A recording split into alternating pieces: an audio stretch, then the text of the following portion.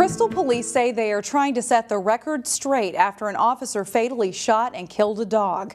The incident happened in the 3100 block of Hampshire Avenue South. Reporter Sonia Goins has more on the investigation. It was a large 100-pound dog. On September 25th, Crystal police were called to this quiet neighborhood for a domestic dispute. Officers got there, mediated the dispute. One of the parties had agreed to leave the residence. A German Shepherd that lived at the house where the incident took place ran out of the garage. According to Crystal police, the officers were wrapping up their case and walking back to their car when suddenly a dog ran towards them and bit one of the officers. This dash camera video shows exactly what happened. You can see the dog running after the officers and then biting one of them on his backside. The officer, as he was turning around trying to get away, discharged his weapon 2 times. The dog was taken to an emergency vet where he later died. He had no time to think. From the moment that he heard the dog running to the moment that he had to react, he probably had maybe 3 seconds. Some residents were upset about the dog dying, but police say they didn't know the officer was bit. Crystal police say they want to clear up the confusion. The body cam footage is very, very clear. The officers were walking away. They were well away from the residence when the dog came at a full-on attack and lunged for the officers. Meanwhile, the Crystal Police Department says they feel bad about how this situation ended. The officer is devastated. He's an avid dog lover himself and certainly doesn't want to be put in that position. In Crystal, Sonia Goins, CCX News. The officer who was bit is doing okay. The dog bit into a wallet and tore his pants. If it hadn't been for the wallet, police say his injuries could have been severe. The Hennepin County Medical Examiner this week released the name of a Brooklyn Center man who died in a water skiing accident. The medical examiner says 69-year-old Paul Oman died last month from injuries sustained while barefoot water skiing. The incident happened on Twin Lake in Brooklyn Center. According to his obituary, Oman was training to participate in the Masters World Barefoot Championship in Texas prior to his death. Oman also performed with the Twin Cities River Rats water ski show team for more than 25 years.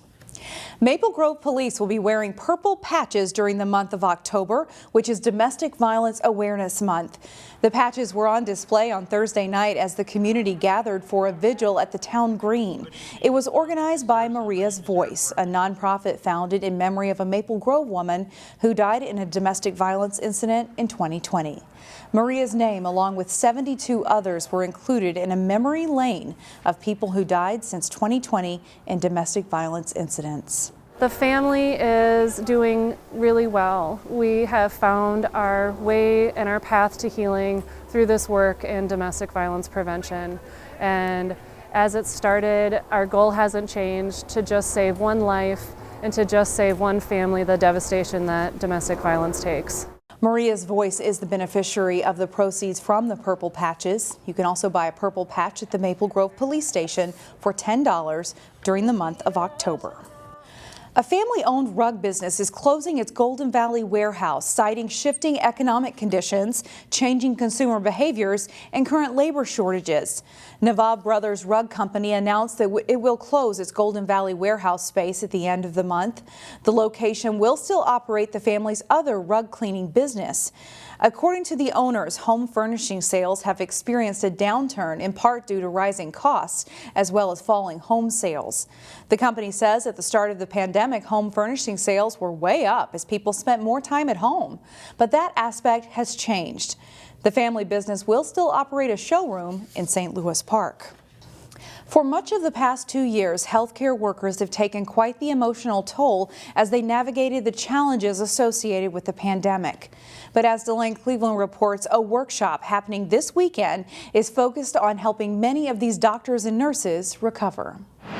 In the heart of the city, your body is telling you things each and every day. More than 700 healthcare professionals from across Minnesota whose sole purpose is to take care of others. Thank you so much for what you guys do every single day. Are taking steps to focus on their own mental health after more than 2 years of pandemic-related stress. Stress in healthcare is not new.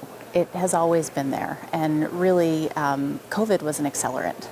It just poured gasoline on something that already was a problem. Carrie Appleton is a resiliency coach for North Memorial Health.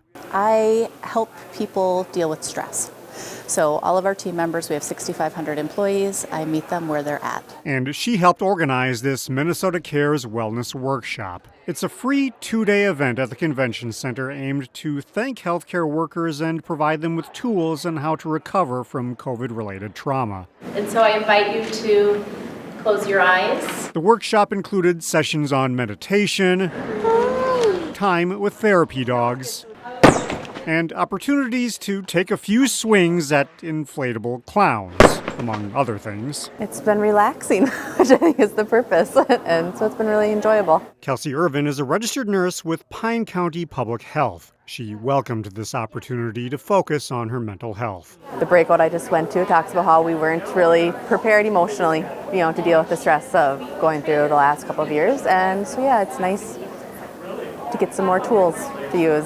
Where does the breath begin? Tools that they can use well into the future to take care of themselves and, ultimately, their patients. We wanted people to feel seen and feel cared for, and I think that's exactly what's happening in this space, and that is good. That's a win. In Minneapolis, Delane Cleveland, CCX News.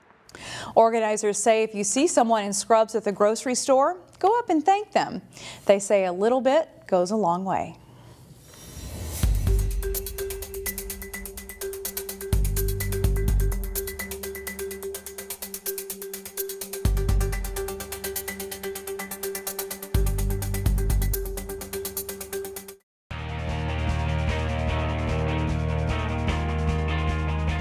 The Park Center boys soccer team has battled some injuries in the second half of the season.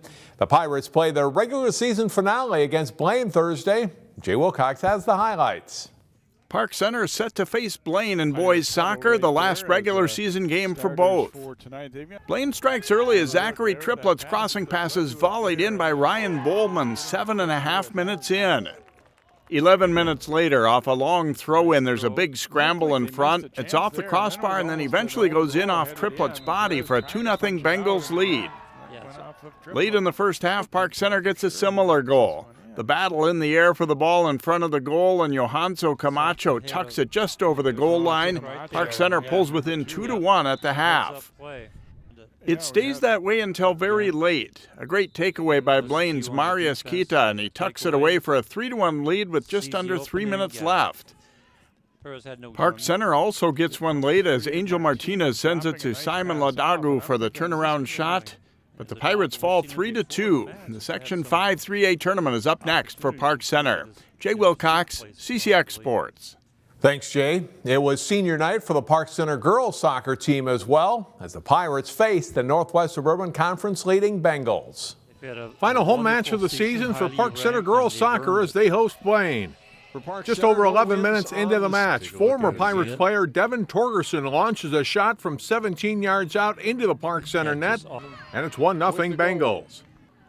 A long lead pass here from Olivia Peterson to Sydney Sutherland, who's onside. It gets past the defense to go in alone. She shoots and scores. The fourth goal of the season for Sutherland, and Blaine leads 3-0. Park Center gets one back just 20 seconds later. Juliana Samuel chips a great shot over the Blaine keeper's head and into the net. Samuel is fired up, and the Pirates are on the board at 3-1. Later in the first half, Sophia Walraven crosses the ball to Sam McCorkle, who scores her first goal of the season to give the Bengals a 4-1 lead. McCorkle picks up an assist here with a nice setup for Haley Hughes, who taps the ball in to score the fifth goal of the half for Blaine. The Bengals go on to beat the Pirates 9-1. Defending state Class 4A volleyball champion Wayzata is ranked third in the state now. The Trojans are sweeping through their Lake Conference schedule. Wayzata volleyball looking for its 17th win of the season. The Trojans at home Thursday to take on Buffalo. First set, and the Trojans, Stella Swenson with a quick set to Riley Kurth, who taps the ball over the blockers and down for a point. It's 7-4 Wayzata. Well played by the Trojans here off the Buffalo serve. Sophia Johnson passes to Stella Swenson, and the back set then goes to Katie Kelsenberg for the attack and kill. Wayzata and Coach Scott Jackson win the first set 25-15. Set two, Stella Swenson sets up her sister Olivia. She delivers a point. The Trojans again building an early lead. Later, Bianca Nister floats a perfect serve as the Bison can't return. That point makes it 21-7 on the way to a 25-10 set 2 win. And the Trojans complete the sweep in set 3.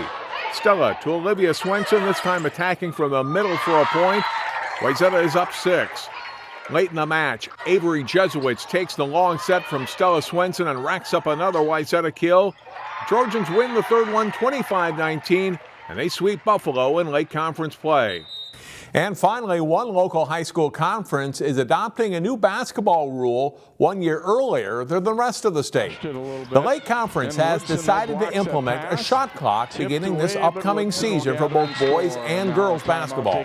The Minnesota State High School League approved the 35-second clock for all games beginning in the 2023-24 school year. The shot clock for the Lake Conference games this year will be 4 conference games only, not non-conference play or any postseason home games. And that's it for sports. More CCX News after this. Find more prep sports games and highlights at ccxmedia.org and follow us on social media.